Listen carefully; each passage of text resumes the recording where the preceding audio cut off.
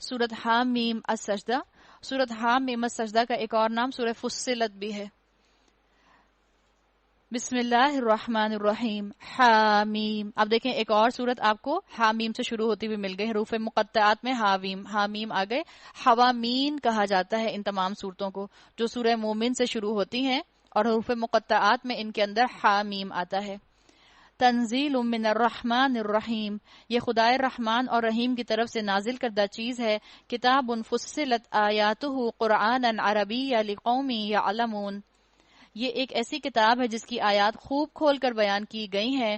عربی زبان کا قرآن ان لوگوں کے لیے جو علم رکھتے ہیں، بشارت دینے والا اور ڈرانے والا ہے. قرآن عربی زبان ہی میں عربی ہے، باقی سب قرآن کی ترجمانی ہوتی ہیں.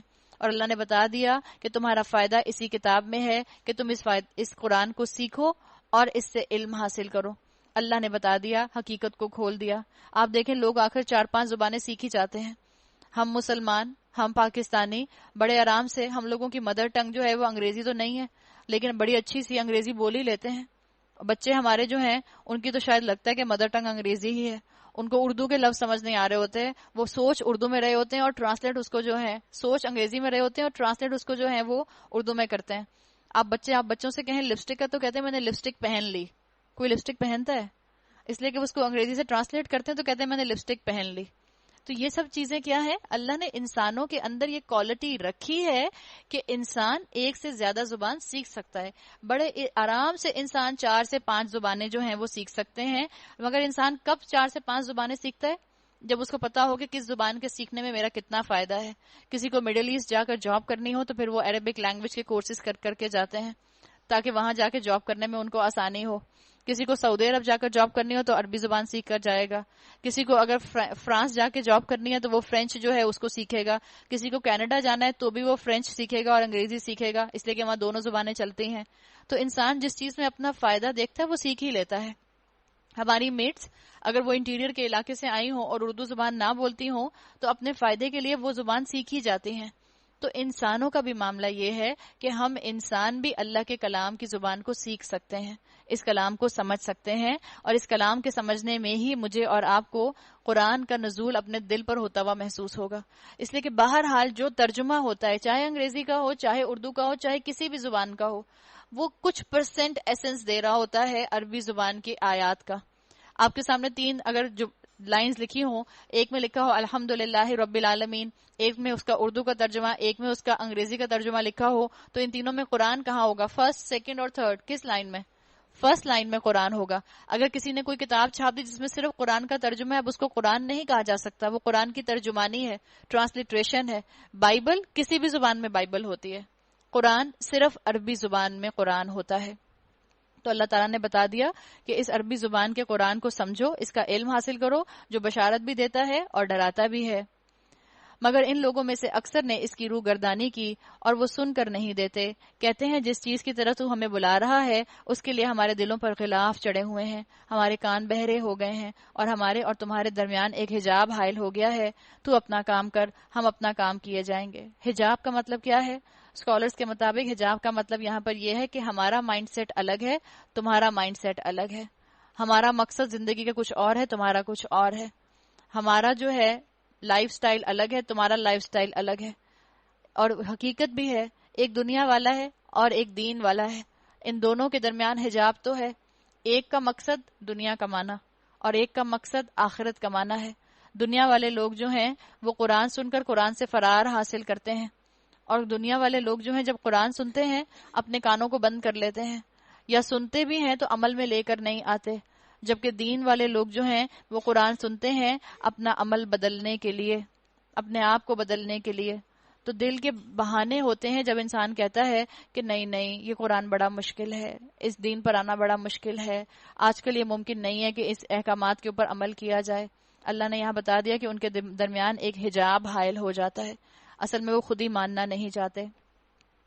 اے نبی صلی اللہ علیہ وسلم ان سے کہیے میں تو ایک بشر ہوں تم جیسا، مجھے وحی کے ذریعے سے بتایا جاتا ہے کہ تمہارا خدا تو بس ایک ہی خدا ہے، لہٰذا تم سیدھے اسی کا رخ اختیار کرو، اس سے معافی چاہو۔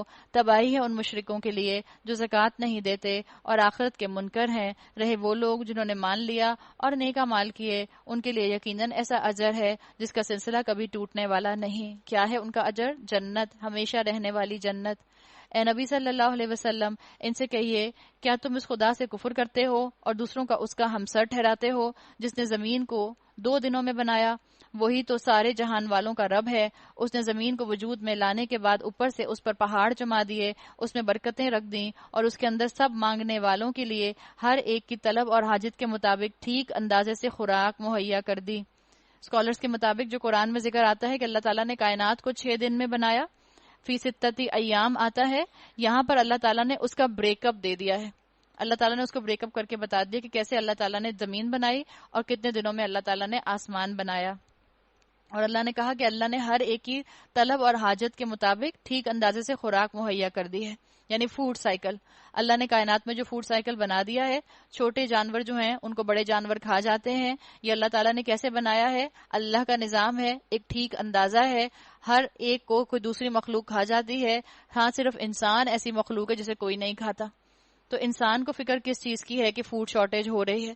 اللہ نے تو دنیا میں اتنی فوڈ کی مقدار انسانوں کے لیے جو ہے وہ مہیا کر دی ہے، جتنے آپ دیکھیں اس دنیا کے اندر چوہے ہیں، مینڈک ہیں، مکھیاں ہیں، تتلیاں ہیں، مچھر ہیں۔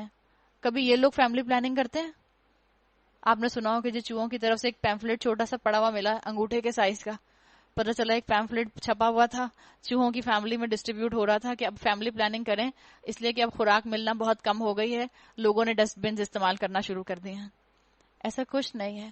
اللہ تعالیٰ نے جس مخلوق کو اتنا زیادہ پیدا کیا وہ اس چیز کا نہیں سوچتی ہے، حالانکہ اس کو دوسرے کا خوراک بننا ہے۔ اور وہ انسان جس کے لیے اللہ نے اس کائنات کو مسخر کر دیا، وہ فیملی پلاننگ کی فکر کرتا رہتا ہے، وہ اس فکر میں رہتا ہے کم بچے ہوں تاکہ خوشحال گھرانہ ہو۔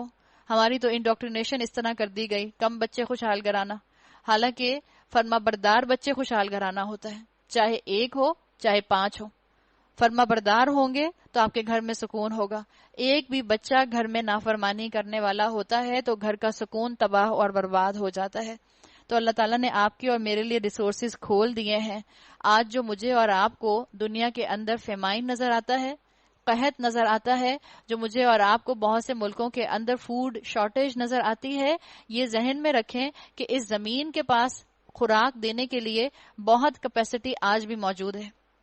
جیولوجسٹ بتاتے ہیں کہ زمین جو ہے اس وقت کتنی آبادی ہے دنیا کی؟ 7.5 بلین ہے، شاید 7.5 بلین دنیا کی آبادی ہے، اور جیولوجسٹ بتاتے ہیں یہ جو پلانٹ ارتھ ہے اس کے اندر 80 بلین کو خوراک مہیا کرنے کی اس وقت کیپیسٹی موجود ہے، خود بتا رہے ہیں۔ اور یہ اس وقت مجھے اور آپ کو فیمائن اور قحط اور فوڈ شارٹیج کیوں نظر آتی ہے؟ اس لیے کہ یہ پولیٹیکل ویپن کے طور پر فوڈ کو ہتھیار بنایا گیا ہے۔ ہم سب جانتے ہیں یورپین کنٹریز کے اندر ڈیری پروڈکٹس کو ڈمپ کر دیا جاتا ہے سمندر کے اندر، کس لیے؟ تاکہ وہ جب مارکیٹ میں آئیں گی تو ان کی ویلیو جو ہے وہ زیادہ پروڈکٹ آنے کی وجہ سے کم نہ ہو جائے۔ کتنی پروڈکٹس ہیں جن کی کلٹیویشن نہیں کی جاتی، کتنے لینڈ ہیں جہاں پر کلٹیویشن کی اجازت نہیں ہے، جہاں سینکشنز لگی ہوئی ہیں، پولیٹیکل سینکشنز لگی ہوئی ہیں۔ آپ کے پاکستان کا کتنا علاقہ ہے جس کے اوپر آپ کلٹیویشن نہیں کر سکتے؟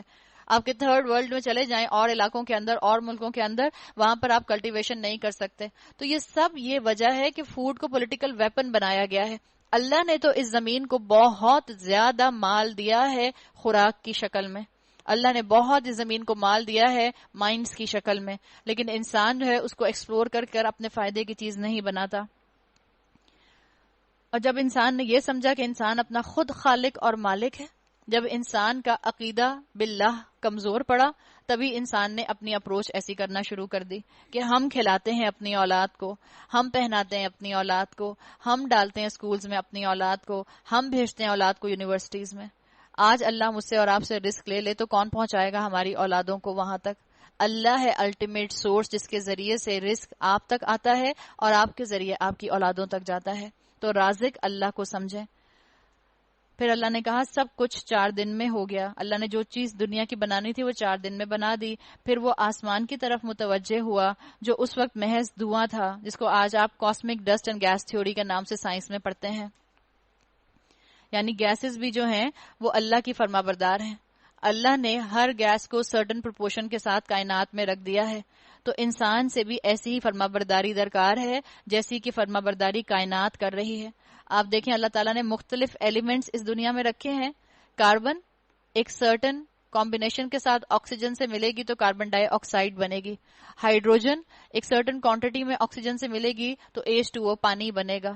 جس طرح کائنات کے ایلیمنٹس، کائنات کی ایک ایک مخلوق اللہ کی فرما بردار ہے، اسی طرح سے ہم انسانوں کو اللہ کا فرما بردار بننے کی ضرورت ہے. اس نے آسمان اور زمین سے کہا وجود میں آ جا. کیسے اللہ نے کہا توأن او کرہن، خواہ تم چاہو یا نہ چاہو. دونوں نے کہا ہم آ گئے فرما برداروں کی طرح. تو جس طرح کائنات فرما بردار ہے اسی طرح ہم انسانوں کو بھی اللہ کا فرما بردار ہونے کی ضرورت ہے. اور فرما برداری کے لیے ضروری ہے کہ انسان اللہ کا کلام سنے، اور کلام سننے کے لیے ضروری ہے کہ انسان وقت نکالے. تب اس نے 2 دن کے اندر 7 آسمان بنا دیے اور ہر آسمان میں اس کا قانون وحی کر دیا. اور آسمان دنیا کو ہم نے چراغوں سے آراستہ کیا اور اسے خوب محفوظ کر دیا. یہ سب کچھ ایک زبردست علیم ہستی کا منصوبہ ہے. سب دیکھو اور جانو، سائنس کا علم حاصل کرو اور جانو، اپنے رب تک پہنچ جاؤ اور دیکھو تمہارا رب کتنا مہربان ہے.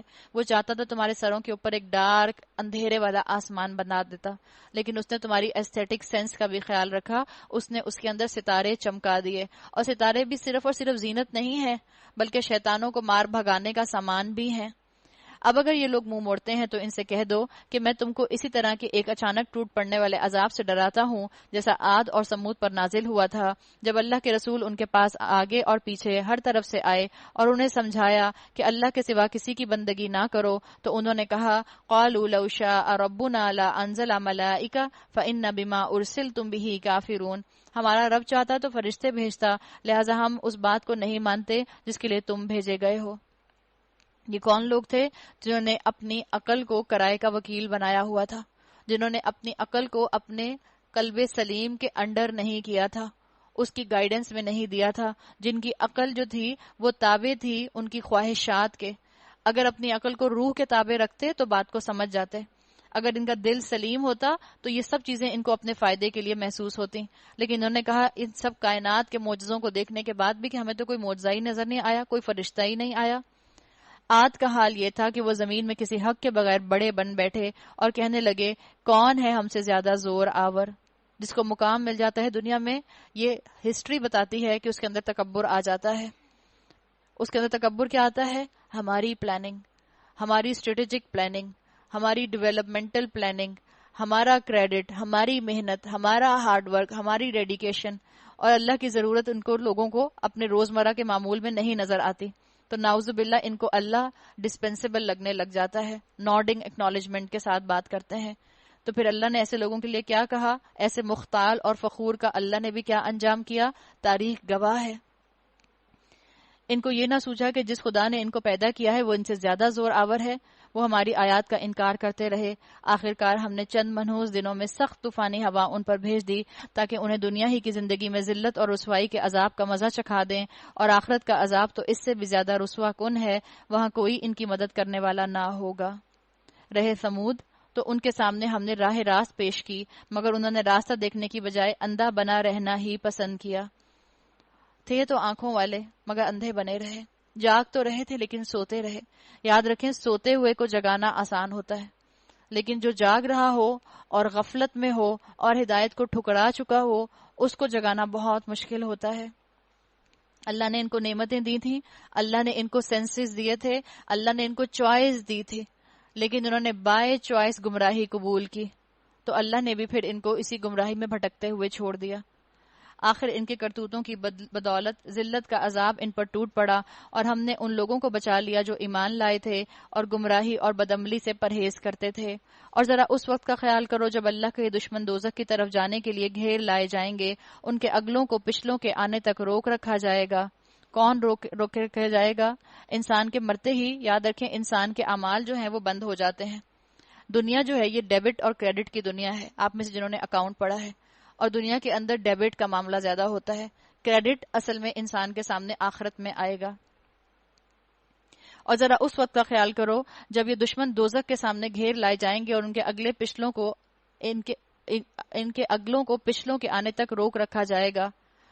پھر جب وہ سب وہاں پہنچ جائیں گے تو ان کے کان اور ان کی آنکھیں اور ان کے جسم ان پر گواہی دیں گے. ہم نے کل بھی بات کی تھی کہ دنیا میں ہاتھ پاؤں ہمیں اپنے نوکر لگتے ہیں، اصل میں یہ ہمارے سپائز ہیں جو اللہ کے خلاف، جو ہمارے خلاف اللہ کے ہاں جا کے گواہی دیں گے کہ ہم نے اپنے کانوں سے کیا غلط سنا، ہم نے اپنی آنکھوں سے کیا غلط دیکھا، ہم نے اپنے ہاتھوں سے کیا غلط کام کیا. امیجن کریں کہ آج جو چیزیں مجھے لگتی ہیں کہ میں ان کو ڈکٹیٹ کرتی ہوں، کہ جو میں کہتی ہوں یہ کرتے ہیں، قیامت کے دن یہ میرے اگینسٹ کریں گے. قیامت کے دن آپ کی کھال بھی آپ کے اگینسٹ بولے گی، آپ کی سکن بھی آپ کے اگینسٹ بولے گی. تو انسان اپنے اعضاء سے اس دن بات بھی کرے گا. یہ بات بھی اس سے واضح ہو گئی. حضرت علی کہا کرتے تھے کہ اگر تم نے گناہ کرنا ہی ہے تو دنیا میں کسی ایسی جگہ جا کر گناہ کرو جہاں تمہیں اللہ نہ دیکھ سکے. کہاں جائیں گے؟ اگر کسی ایسی جگہ اپنے آپ کو سمجھ کر چلے بھی گئے تو اپنی سکن تو اپنے ساتھ ہی لے کر جائیں گے، اپنے ہاتھ پاؤں تو اپنے ساتھ ہی لے کر جائیں گے. یہ ہمارے خلاف گواہی دیں گے کہ وہ دنیا میں کیا کچھ کرتے رہے ہیں. وَقَالُوا لِجُلُودِهِمْ لِمَا شَهِدتُّمْ عَلَيْنَا، وہ اپنے جسم کی کھالوں سے کہیں گے تم نے ہمارے خلاف گواہی کیوں دی؟ کتنا حیرت ہوگی ان لوگوں کو.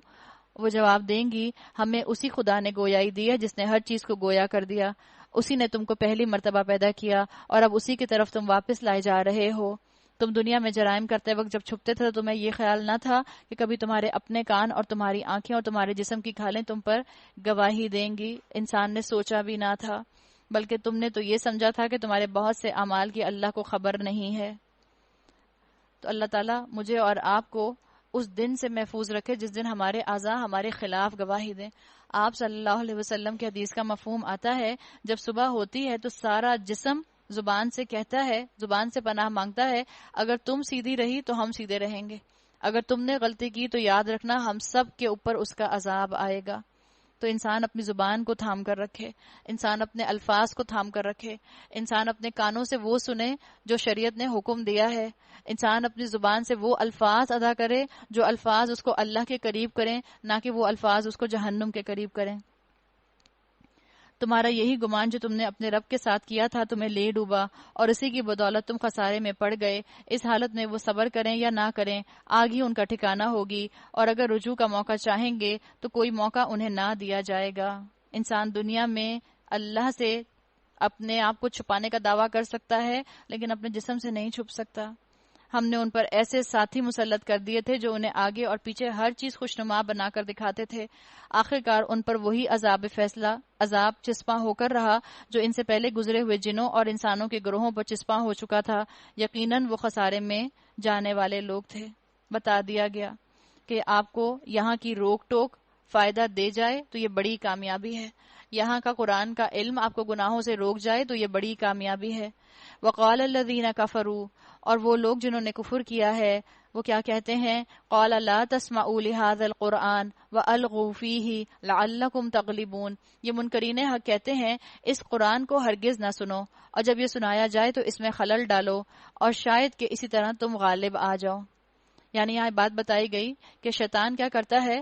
شیطان کی کیونکہ اپنی قرآن سے جان جاتی ہے تو شیطان لوگوں کو قرآن سے بدگمان کرتا ہے، چاہتا ہے کہ لوگ قرآن کو سنیں نہیں. جب لوگ قرآن سننا چاہتے ہیں تو شور شرابے کی طرف ان کی اٹریکشن جو ہے وہ لے جاتا ہے. جیسے کفار جب مسلمان نمازیں پڑھا کرتے تھے، عبادت کیا کرتے تھے تو تالیاں پیٹا کرتے تھے، شیطان کی باتوں میں آ کے کرتے تھے تاکہ لوگ ڈسٹریکٹ ہو جائیں. شیطان بھی آپ کو اور مجھے اسی طرح قرآن سے ڈسٹریکٹ کرتا ہے. آپ قرآن لے کر بیٹھیں گی فون بج جائے گا، اب جا کے آپ نے فون اٹھایا قرآن بند کے تو پتہ چلا رانگ نمبر تھا، بڑا غصہ آئے گا پھر آپ کو. اب پھر قرآن لے کے بیٹھیں گی پتہ چلا ایک میسج آئے گا، اب پھر قرآن لے کر بیٹھیں گی کوئی اور ڈسٹریکشن ہوگی. تو یہ شیطان کرتا ہے. پہلا کوشش کیا کرتا ہے کہ انسان قرآن سن نہ سکے. پھر جب انسان قرآن سننا شروع کر دیتا ہے تو پھر کیا کرتا ہے کہ یہ ڈالتا ہے انسان کے اندر کہ انسان قرآن سن تو لے لیکن انسان کو اس سننے کا فائدہ نہ ہو، یعنی انسان کو عمل سے دور کر دیتا ہے. اور یہ شیطان کی چال ہے جس کے اندر شیطان جو ہے اپنے بندوں کو ٹریپ کرنے کی پوری کوشش کرتا ہے. لوگوں کو خوشخبری کا مستحق نہیں بننے دیتا، لوگوں کو انذار سے اپنا عمل درست نہیں کرنے دیتا۔ اللہ کے رسول صلی اللہ علیہ وسلم تو آپ کو اور مجھے کہہ کے گئے ہیں، خیرکم من تعلم القرآن وعلمہ، تم میں سے بہترین وہ ہیں جو قرآن سیکھیں اور سکھائیں۔ تو اللہ کے بندے قرآن سے جڑ کر رہتے ہیں، اللہ کے بندے شیطان کی باتوں میں نہیں آتے۔ شیطان جو آپ کا اور میرا گھروں سے قرآن سننے کے لیے نکلنا مشکل بنا دیتا ہے، اللہ کے بندے اس کے بہکاوے میں نہیں آتے۔ آپ دیکھیں قرآن حفظ کرنے کی بڑی فضیلت ہے، احادیث کے اندر قرآن حفظ کرنے کی بڑی فضیلت آتی ہے۔ حدیث کا مفہوم آتا ہے کہ اللہ قیامت کے دن بندے سے کہے گا کہ جو قرآن تمہارے دل میں محفوظ ہے وہ پڑھتا جا اور چڑھتا جا۔ جو اس کا ترجمہ بنتا ہے وہ یہ بنتا ہے، تو پڑھتا جا اور چڑھتا جا، یعنی اپنے درجے انسان بلند کراتا جائے گا۔ ہم میں سے ہر ایک تو قرآن حفظ نہیں کر سکتا، تو اسکالرز نے وہاں پر یہ بات کہی کہ وہ کہتے ہیں کہ اگر آپ جنت کے بلند درجے چاہتی ہیں، آپ چاہتی ہیں کہ آپ بھی جنت میں قرآن پڑھتی جائیں اور آگے سے آگے چڑھتی جائیں، تو وہ کہتے ہیں اگر آپ حفظ نہیں کر سکتے تو کم سے کم قرآن کی آیات کا مفہوم اپنے دل میں بسا لیں، کہ آپ قرآن کے مفہوم کی آیات کے ساتھ پڑھتی جائیں، کیا پتہ اللہ اپنی شان رحیمے سے آپ کے درجات بلند کر دے۔ تو دعا کریں کہ اللہ مجھے اور آپ کو شیطان کی چالوں سے دور رکھے اور ہم اس قرآن کے لیے محنت کرنے والے بن جائیں۔ آپ دیکھیں آج قرآن کے اوپر شدت کا حملہ ہے، شدت کا، کفار کی طرف سے بھی حملہ ہے، شیطان کی طرف سے بھی حملہ ہے۔ آج پریسٹ جو ہیں وہ قرآن جلا رہے ہیں، تو جو پریسٹ قرآن جلا رہے ہیں وہ ایک انسان کا ایفرٹ نہیں ہے۔ سامنے آپ کو جو اسکرین پر نظر آتا ہے انسان، وہ ایک نظر آتا ہے، در پردہ بیک سٹیج بہت سے لوگ ہوتے ہیں جو ساتھ میں انوالو ہوتے ہیں۔ تو یہ ان کے دلوں کا بغض ہے کہ وہ قرآن سے اس طرح سے معاملہ کرتے ہیں۔ اب مثال کے طور پر آپ اور میں قرآن سے لوگوں کا ایسا بغض دیکھیں، ایسا گرج دیکھیں، شیطان کا ایسا گرج دیکھیں، تو اس کے نتیجے میں آپ کا اور میرا عمل کیا ہونا چاہیے؟ آپ کو اور مجھے کیا کرنا چاہیے؟ آپ کو اور مجھے اور زیادہ قرآن کے ساتھ جڑ جانا چاہیے، آپ کو اور مجھے قرآن کا اخلاق اپنا لینا چاہیے۔ اللہ کے رسول صلی اللہ علیہ وسلم کے لیے آتا ہے کان خلقہ القرآن، آپ کا اخلاق قرآن تھا۔ جو قرآن کا اخلاق تھا وہ رسول اللہ نے اپنے اوپر اپلائی کر کے دکھایا۔ تو مجھے اور آپ کو بھی ایسا بننا ہے کہ جس کے لیے کہا جائے کہ قاری نظر آتا ہے، حقیقت میں ہے قرآن۔ اللہ مجھے اور آپ کو قرآن کے لیے واقعی مسلم بنا دے۔ وہ کسی نے واقعہ سنایا ویسٹ کا کہ انہوں نے کہا کہ ایک مرتبہ مسجد میں کچھ نان مسلم لوگ آئے اور انہوں نے کہا کہ ہمیں آپ کا قرآن چاہیے، ہمیں اس کی کاپی چاہیے، ہم اسے پڑھنا چاہتے ہیں۔ تو انہوں نے ان کو قرآن دے دیا۔ 2 دن 3 دن کے بعد وہ واپس آئے، انہوں نے کہا نہیں یہ قرآن نہیں چاہیے، وہ قرآن چاہیے جس پر آپ لوگ عمل کرتے ہیں۔ وہ قرآن کون سا ہے؟ تو کفار سازشوں کا توڑ کیسے ہوگا جب مسلمان اس قرآن پر ویسا عمل کریں گے جیسا عمل اس قرآن پر کیا جانا چاہیے۔ اللہ نے تو شکوہ کیا ہے وما قدر اللہ حق قدری، اللہ نے تو کہا ہے قلیلا ما تشکرون، لیکن آپ نے اور میں نے اس مائنورٹی کے اندر آنا ہے جو قرآن پر عمل کرے۔ آپ نے اور میں نے کفار کی سازشوں کا توڑ کیسے کرنا ہے؟ جلاؤ گھیراؤ کر کے، توڑ پھوڑ کر کے، کاروبار بند کر کے، ہڑتالیں کر کے، اس طرح نہیں کرنا، بلکہ آپ نے اور میں نے قرآن کو اس طرح سجانا ہے۔ قرآن کو شیطان کیا کرے گا؟ ڈسٹریکشن کرے گا قرآن کے خلاف۔ اسی مقابلے پر مسلمان اور مومن کیا کرے گا؟ قرآن کے لیے انسینٹیو دے گا، قرآن پر عمل ایسے خوبصورتی سے کرے گا کہ اوروں کا بھی دل کرے قرآن پر عمل کرنے کا، قرآن کی طرف دعوت ایسے دے گا کہ اوروں کا بھی دل کرے قرآن کے بارے میں پڑھنے کا، قرآن کے فائدے ایسے بتائے گا کہ لوگوں کا دل کرے کہ ہم بھی ان فائدوں سے اپنی زندگی کے اندر فائدہ اٹھا چکے۔ اور ضرورت کس بات کی ہے؟ ہم مسلمانوں کو ایک مرتبہ قرآن کا مزہ چکھا دینے کی ضرورت ہے۔ ایک مرتبہ مزہ چکھ لیں، اور مزہ چکھنے کے لیے زندگی میں آپ 1-1.5 سال اپنا نہیں نکال سکتے، 1-1.5 سال کی بات ہے۔ 1-1.5 سال بھی پورے کا پورا 24 گھنٹے تھوڑی، اگر ہفتے میں 4 دن کا پروگرام ہے تو سمجھ لیں روز کے 3.5-4 گھنٹے، بس 1.5 سال آپ قرآن کے ساتھ گزار کر دیکھیں، آپ کو قرآن سے ایسی انسیت ہو جائے گی کہ آپ کا دل نہیں کرے گا کہ آپ قرآن کو چھوڑیں۔ اور یہی طریقہ ہے کہ آپ اور میں اس طرح سے قرآن کو پھیلا سکتے ہیں۔ اور بیسک عبادت مجھے اور آپ کو یہیں سے پتہ چلے گی کہ کیسے آپ اور میں کبیرہ گناہوں سے بچ سکتے ہیں۔ آج علم والوں کی آپ کے اور میرے معاشرے میں بہت کمی ہے، پیسے والے بہت مل جاتے ہیں، پیسے دینے والے بہت ہیں، لیکن آپ کو اور مجھے علم والے کی کمی نظر آتی ہے۔ تو علم دینے والے، علم لینے والے، علم پہنچانے والے آپ نے اور میں نے بننا ہے۔ اور وہ کامیاب ہو گیا جس نے قرآن سنانے میں لوگوں کا دل جیت لیا. حقیقت ہے کفار جو ہیں وہ جتنی تیزی سے مسلمانوں کو قرآن سے دور کر رہے ہیں، ہم مسلمانوں کو اتنی تیزی سے قرآن کی طرف لپٹنا چاہیے. اللہ نے کہا ان کافروں کو ہم سخت عذاب کا مزہ چکھا کر رہیں گے، اور جو بدترین حرکات یہ کرتے رہے ہیں ان کا پورا پورا بدلہ انہیں دیں گے. وہ دوزخ ہے جو اللہ کے دشمنوں کو بدلے میں ملے گی، اس میں یہ ہمیشہ ہمیشہ رہیں گے اور یہ ان کا گھر ہوگی. یہ ہے جزا اس جرم کی کہ وہ ہماری آیات کا انکار کرتے رہے.